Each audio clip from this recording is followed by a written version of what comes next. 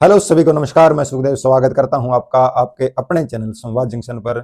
और आज की इस वीडियो में हम बात करने वाले हैं एक ऐसी महान शख्सियत की जिसने भारत के क्रांतिकारी इतिहास में अपना नाम अजर अमर कर लिया। आज हम बताने वाले हैं शहीद आजम उधम सिंह के बारे में।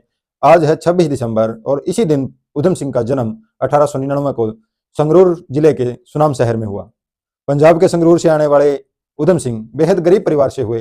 हालांकि अनाथ, अगर हम उन्हें अनाथ कहें तो गलत नहीं होगा, क्योंकि जन्म के कुछ ही समय बाद उनकी माता और पिता का देहांत हो गया। आस पड़ोस के लोगों ने उन्हें एक अनाथ आश्रम में छोड़ दिया, उनको और उनके बड़े भाई को। कुछ समय बाद उनके बड़े भाई की भी मृत्यु हो गई और उधम सिंह पूरी तरह से अनाथ हो गए।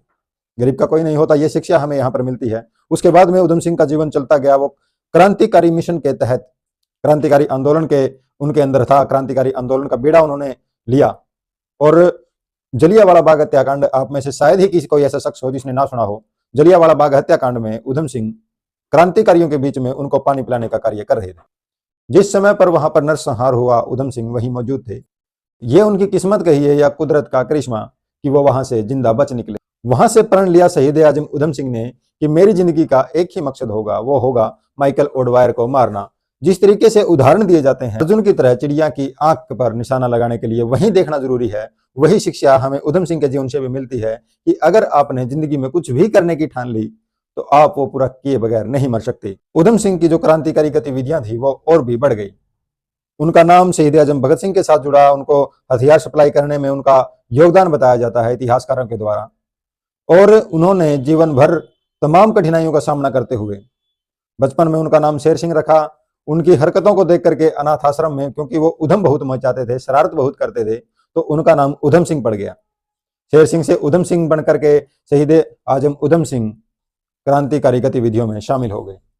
वहां से उधम सिंह ने अपना जीवन जीना शुरू किया और अपना एक उद्देश्य लेकर के कि मुझे जनरल ओडवायर को मारना है, वो चल पड़े क्रांति की उस राह पर, जिंदगी की उस राह पर, और अपने आप को समर्पित करने के लिए, भारतीय इतिहास में अपना नाम अजर अमर करने के लिए।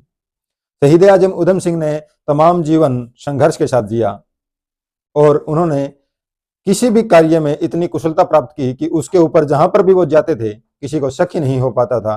वो अपना जीवन यापन करने के लिए कई तरह के काम भी उन्होंने किए। मजदूरी, बढ़ई का काम, होटल में नौकरी करना, पीएन की नौकरी करना, ये सारे पेशे उधम सिंह ने अपने जीवन में किए और किसी तरह से जीवन यापन करके वो एक दिन अपने लक्ष्य तक पहुंच गए, जहां पर उन्होंने अपना लक्ष्य रखा था कि मेरे जीवन का उद्देश्य उस जनरल डायर को मारना है जिसने जलियांवाला बाग में नरसंहार करके भारत के सैकड़ों लोगों की जान ले ली थी, और वो भी निर्दोष लोगों की, निहत्थे लोगों की। वहां पर बुजुर्ग थे, महिलाएं थी, बच्चे थे, उन सभी को जनरल डायर ने एक आदेश के द्वारा मार दिया गया। लंदन में जब उधम सिंह पहुंचे तो उन्हें काम मिला जनरल ओडवायर की बेटी को पढ़ाने का। उनको पढ़ाते पढ़ाते उन्होंने अपना रोड मैप तैयार किया। एक दिन, जैसा कि उधम सिंह ने संकल्प लिया था, मैं उनको उन्हीं के देश, उन्हीं की सभा में मारूंगा, क्योंकि उन्होंने हमारे लोगों को हमारे ही देश में, हमारे लोगों की सभा में आकर के अंधाधुंध गोलियां चलवा करके मरवा दिया था।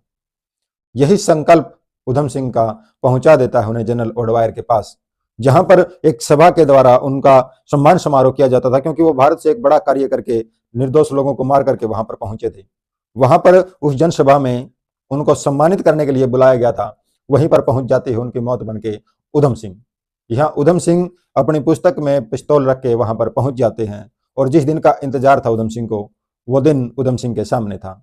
उनका टारगेट उनके सामने था और उस टारगेट को बिना कुछ सोचे समझे वहीं पर फायर करके उन्होंने मार गिराया।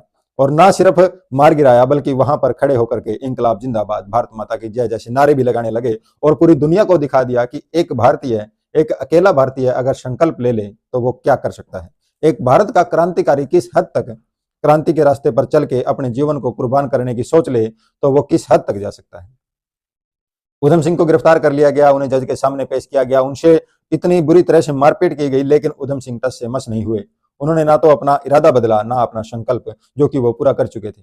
वो कहते रहे कि मैं ये काम करने के लिए आया था और मैंने ये काम कर दिया, क्योंकि उन्होंने हमारे देश में जाकर के हमारे निहत्थे लोगों पर गोलियां चलवाई थी। उसका बदला मैंने आज ले लिया। उधम सिंह की ये बातें जज साहब सहन नहीं, और उन्होंने उधम सिंह से एक सवाल पूछना चाहा कि उधम सिंह, अगर तुम यहां से भाग करके वापिस देश चले जाते तो तुम तुम्हारे जैसे कई लोगों को, कई युवाओं को प्रेरित करके उनको क्रांति के रास्ते पर ला सकते थे, लेकिन तुमने ऐसा क्यों नहीं किया। तो उधम सिंह ने जवाब दिया कि मेरे देश में जीते जी लोगों की इतनी वैल्यू नहीं होती जितनी मरने के बाद होती है। मैं अगर यहाँ से भाग करके देश चला जाता, जैसा कि संभव था, तो मैं कुछ ही लोगों को क्रांति के रास्ते पर ला पाता। लेकिन अब जैसे ये खबर भारत में पहुंचेगी तो मेरे देश के जितने युवा, और जब तक इस खबर को सुनेंगे, इस बात को सुनेंगे और मेरे जीवन से जुड़ी हुई घटनाओं को लोगों के सामने लाया जाएगा, उस समय पर एक उधम सिंह पैदा होगा। और वो उधम सिंह आज देश के तमाम युवा जो शोषण के विरुद्ध लड़ रहे हैं, जो देश की विकास कार्य में अपनी भागीदारी निभा रहे हैं, वो हर एक युवा उधम सिंह है।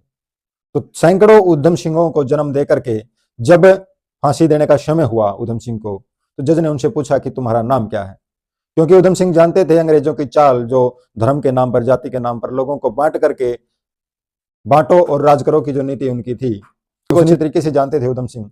तो उन्होंने अपना नाम राम मोहम्मद सिंह आजाद बताया। क्यों? क्योंकि राम जो कि हिंदुओं का संकेत देता है, मोहम्मद जो मुसलमानों का संकेत देता है, सिंह जो सिखों का संकेत देता है और आजाद जो ईसाइयों का संकेत देता है। इस तरीके से अपने ही नाम में सभी धर्मों को समेट करके उधम सिंह ने अपना परिचय पेश किया, अपने आप को उन अंग्रेज अधिकारियों के सामने पेश किया।